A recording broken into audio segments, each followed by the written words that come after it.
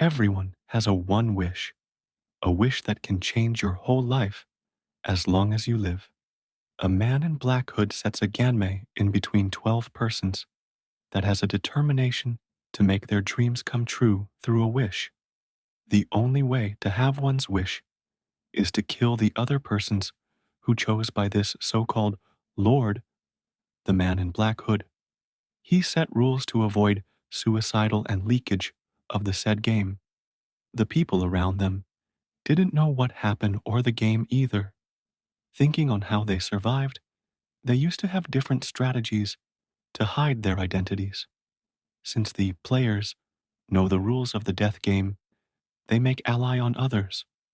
Penelope chooses to protect Sebastian from the others that wanted to kill him. Sebastian is a simple guy, just live on his created world, where he can find the happiness of not being alone. This death game changes him a lot, and because of this, he learned to love back Penelope because of her efforts to protect him. Can Penelope protect Sebastian until the end?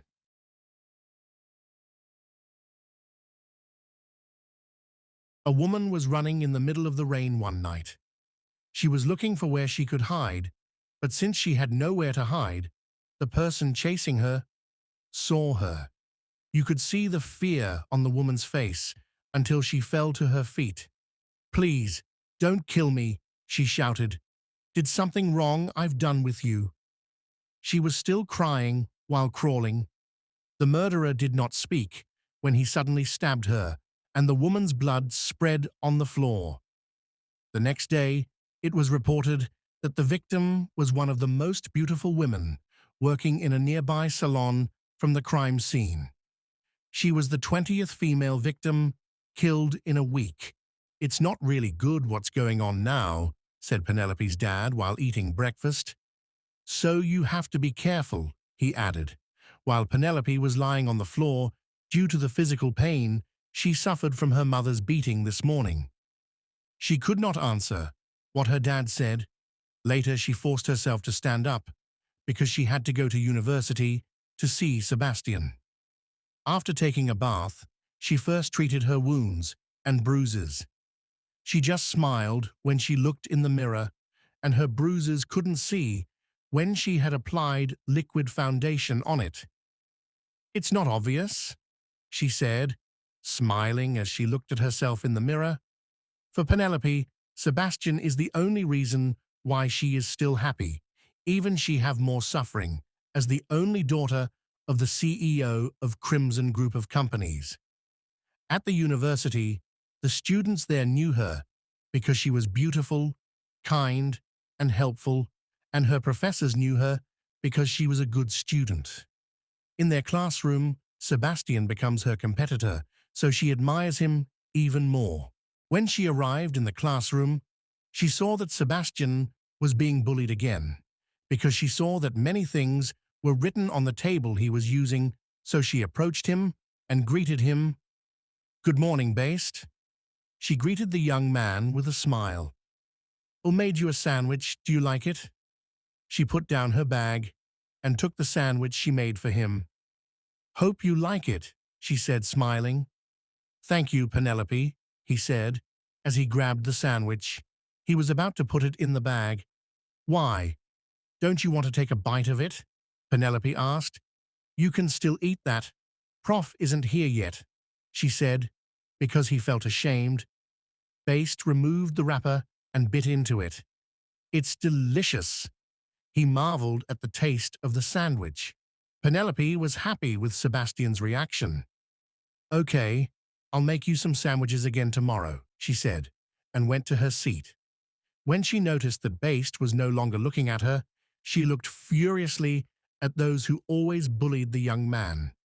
At 8 o'clock, their professor, Ms. Anastasia Alfonso, carrying their examination papers with scores already. "Good morning, class," a happy greetings from their teacher. "I have now brought your papers, and as usual, only 2 have passed my subject." She looked at the papers and called Penelope and Sebastian to get their papers. Penelope was happy because she got a perfect score, and so was Sebastian. "Go back to your seat," she said. "Congratulations again," she added. Aside from Penelope, one of the smartest in their class is Sebastian. He is often bullied because he is weird. He often talks to someone they don't see, and he is always in the top 10 in the departmental rank, so he is bullied even more. When the classes ended, he waited for Penelope to thank her, so he waited for her at the gate to join her to go to their house. Penelope was surprised when she saw Sebastian outside, so she immediately approached him. "Hello? Are you waiting for someone?" she asked, but in her mind, when she was waiting for another woman, she would kill her right away. Sebastian stuttered, "You're the one I'm waiting for. I'll take you to your house if it's okay." He replied, "I'll just want to thank you because you're the kind one to me in our class," he said. Penelope almost jumped for joy when she heard this, and she calmed down as well. "It's okay, even if you take me every day," she replied happily. The two had already walked to Penelope's house, but she didn't let Sebastian in. "Thanks for joining me for a walk," she said, and she kissed the friend on the cheek. Sebastian's face turned red because of what she did. "Thank you too," he stammered. From inside the house, they could hear her mother shouting, "Where are you, Penelope? I told you not to leave the house." She still kept shouting. Sebastian looked at Penelope. "Will you be okay?" he asked worriedly. She forced a smile. "I'm sorry, on behalf of my mother. She's sick, so she's always like that, but I'm fine," she said. Sebastian just nodded, even though he was too worried for her. "I'm leaving. See you tomorrow," he said. She just smiled at him. "Be careful. See you tomorrow," she said, and she waved her hand to him until he left. When she entered the house, her mother immediately beat her. "I told you not to leave the house. Why can't you listen?" her mother said angrily as she hit her with a stick. She continues to be beaten, even though she already feels that her body is extreme pain, but she still does not resist because her father always tells her to just understand her mother because she is mentally ill. When her father came home, she was lying on the floor again and crying. Her father just greeted her and left her lying there. He go to greet her wife and to look what she's cooking for the dinner. She really couldn't stand the pain in her body anymore, so she just forced herself to get up to go to her room to rest. She tries to not to cry while walking towards her room because her father didn't want to see her crying. Her dad noticed her going to her room. "Aren't you going to eat dinner?" he asked, as if he didn't know that her mother had beaten her again. She just shook her head. "We'll eat later, Pa. I still have an assignment to finish." She reasoned, "We'll eat later when I'm done," she added. Her mother approached her. "Child, are you sick?" she asked, as if she had forgotten that she had beaten Penelope earlier. When her mother touched her, she was so scared. "Lumphine, Ma. I'll eat later, just I'll need to finish my schoolworks." She went straight to her room. When she came to her room, she immediately lay down on her bed and cried so hard because of the extreme pain she felt not only physically but also emotionally. While Sebastian was on his way home, he met a man in a black hooded jacket. The man suddenly stopped. "Young man," the hooded jacket man calls him. He looked around to see if there was anyone else besides the two of them. When he saw that there was no one else, he immediately turned to the man. "Why? Do you need anything from me?" he asked. The man approached him. "Do you like to draw?" he asked. He was nervous because he didn't know the man asking him. "Yes, why?" he replied. The man handed him a sketchpad that looked new to him. "For you," he said.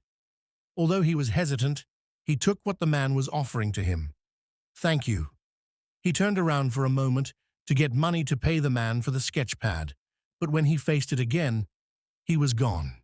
Out of fear, he went home, because his grandmother might be waiting for him. In the evening, when he is asleep, he has a dream.